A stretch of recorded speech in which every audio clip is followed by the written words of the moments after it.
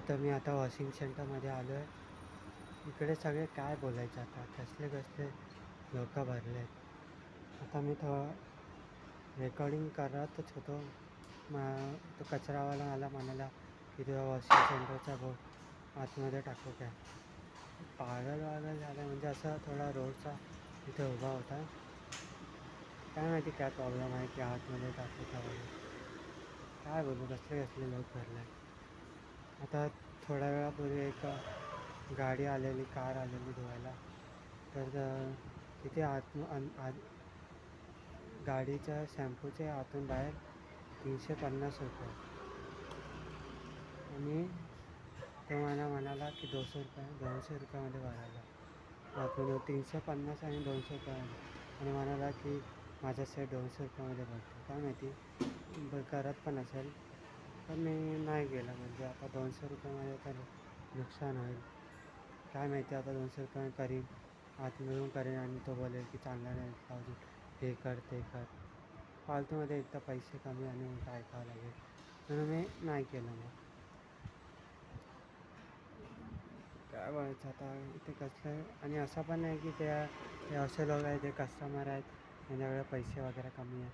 हे सगळे यांच्याकडे खूप पैसे भरले आहेत, म्हणजे खूप पैसे कमवतात तरी पण अशी फालतूगिरी करतात.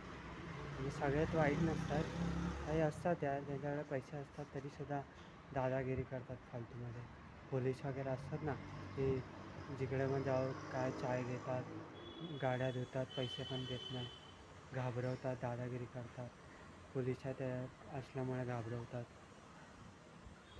कोण काय चुकी नाही केली तरीसुद्धा मग त्याला जेलमध्ये वगैरे टाकायची धमकी. जेलमध्ये नाही टाकत, म्हणजे असा चप्पल वगैरे काय मारतात. जसं एकदा माझ्याबरोबर झालेला, त्या एका मुलीच्या काकांनी कंप्लेंट केलेली पोलीस कंप्लेंटमध्ये. मला बोलवलं चौकशीसाठी. मला वाटलं चौकशी होईल आणि चौकशी करता करता त्यांनी शिरा मारा. त्या मुलीला काय नाही बोलले, त्या बाहेर पाठवलं आणि मला चप्पलने मारायला लागले.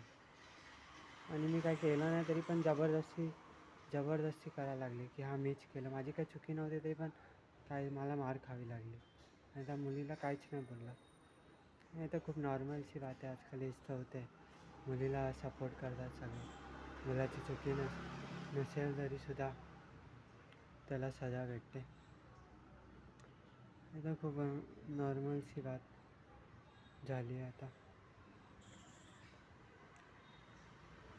काय बोलायचं आता. हे आता तर खूपच होते. आता लाईट गेली. आता बरं झालं नाही धुतली त्याची गाडी. ती धुतली असती, लाईट गेली असती, काय अजून बडबड केली असती त्याने. नाही धुतली ते चांगलं झालं.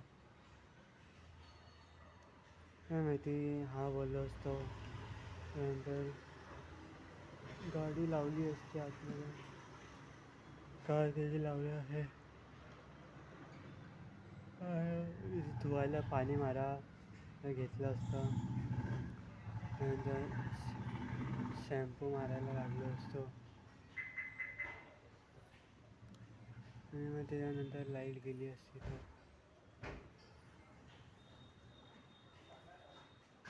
नुकसान झालं असतं फालतूमध्ये.